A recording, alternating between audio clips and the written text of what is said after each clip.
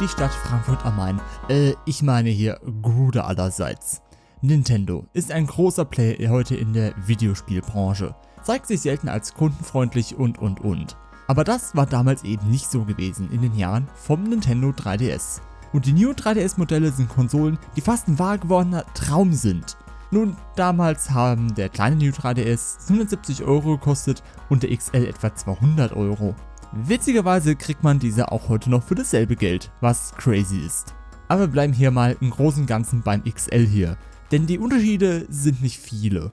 Also je nachdem, wo ihr euch einen 3DS holt, sind diverse Sachen dabei. Von Nintendo gab es in der Verpackung die Konsole, Stift, 4 GB MicroSD-Karte und Papier, um Tapeten zu reparieren. Ja, nur kein Netzteil. Und alle schimpfen auf Apple rum, dass die damit angefangen haben mit den Netzteilen.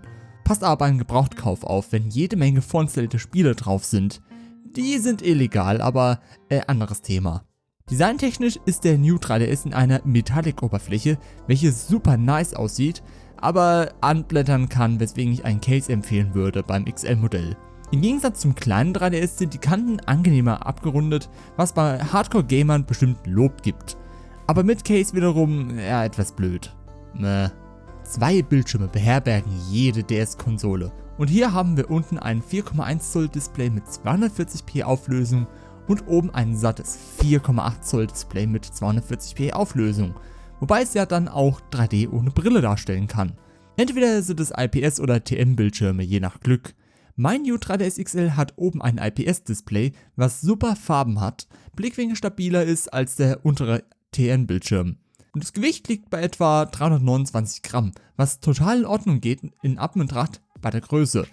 Was für mich auch gerade beim Zocken voll klar geht. Oben an der Konsole haben wir 2 Paar Schultertasten, unten den Speicherkartenslot, Kopfhöreranschluss, Power-Taste, Status-LEDs und den Stift. Wer auch immer auf die Idee kam, das Ding unten hinzumachen. Besser wie beim Originalen, wo der hinten ist. Aufgeklappt sehen wir die typischen Steuerungsmöglichkeiten wie bei jedem 3DS. Anders bei den New-Modellen sind der C-Stick, was ein zweiter Analogstick sein soll, und der NFC-Laser auf dem Display für die Amiibo-Figuren. Ach ja, und die Lautstärkewippe ist am oberen Teil des Displays, zusammen mit dem 3D-Regler. Doch wenn wir jetzt bei 3D sind, sprechen wir mal darüber, denn das hat Nintendo in den New-Modellen sehr gut verbessert mit der Head-Tracking-Funktion. Ist im Prinzip, achtet die Frontkamera auf eure Augen, um den 3D-Effekt dementsprechend anzupassen. Und ich muss sagen, mit dieser Funktion macht es wirklich Spaß, den 3DS im 3D-Modus zu verwenden, trotz der geringen Auflösung. Dafür werkelt im Inneren ein 286 MHz Quad-Core ARM-Prozessor von Nintendo, welcher eben 2 Cores mehr spendiert bekommen hat als die alten 3DS-Konsolen. Ein doppelter Arbeitsspeicher mit 256 MB und schnellerer Grafikeinheit. Also fast doppelt so schnell wie sonst, was beim Starten großer Spiele, Navigieren durch Menüs oder alles Mögliche sich richtig gut anfühlt. Und HTML5-Seiten laden schneller, jedoch sollte man sich fragen, warum man denn eine Spielkonsole für Websurf verwendet. Exklusive Spiele gibt es auch für diese Revision, wo es aber nicht viele gibt. Ich selber habe keins dieser. Und da bleibt noch der Akku, der im XL-Modell 1750 mAh, was je nach Spiel bis zu 10 Stunden Akkulaufzeit bietet, was deutlich mehr ist als beim Vorgänger. Natürlich sind die Akkus austauschbar, wenn diese an das Lebensende kommen. Der kleine New 3DS hat einen 1400 mAh Akku, was auch mehr ist wie sein Vorgänger. Ach, und wenn wir da schon sind, sprechen wir kurz mal den kleinen New 3DS an. Er ist 20% größer geworden als der originale 3DS und hat auch alles an Hardware, was auch der XL hat. Halt nur eben kleinere Displays mit 3,33 Zoll unten und 3,8 Zoll oben.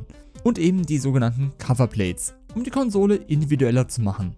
Verarbeitungsmäßig finde ich und bestimmt auch weitere den kleinen 3DS besser gelungen. Der mein XL-Modell wirkt etwas dahingeklatscht von Nintendo mit den Scharnier-Spaltmaßen und eben den Glanzlook, der abblättern kann. Naja, im Endeffekt Geschmackssache. Dennoch sind die New Nintendo 3DS-Konsolen eine gute und damals zwingend notwendige Revision der 3DS-Familie gewesen.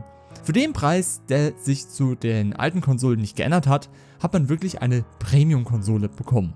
Mit all den Features, Verbesserungen, dass es wirklich essentiell ist für jeden Nintendo-Fanboy oder Fangirl.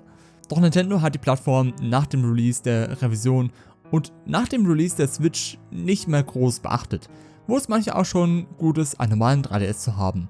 Denn viele sagen einfach 3DS, wo viele nostalgische Erinnerungen wach werden. Wie schön die Zeit damals war mit diesen Konsolen.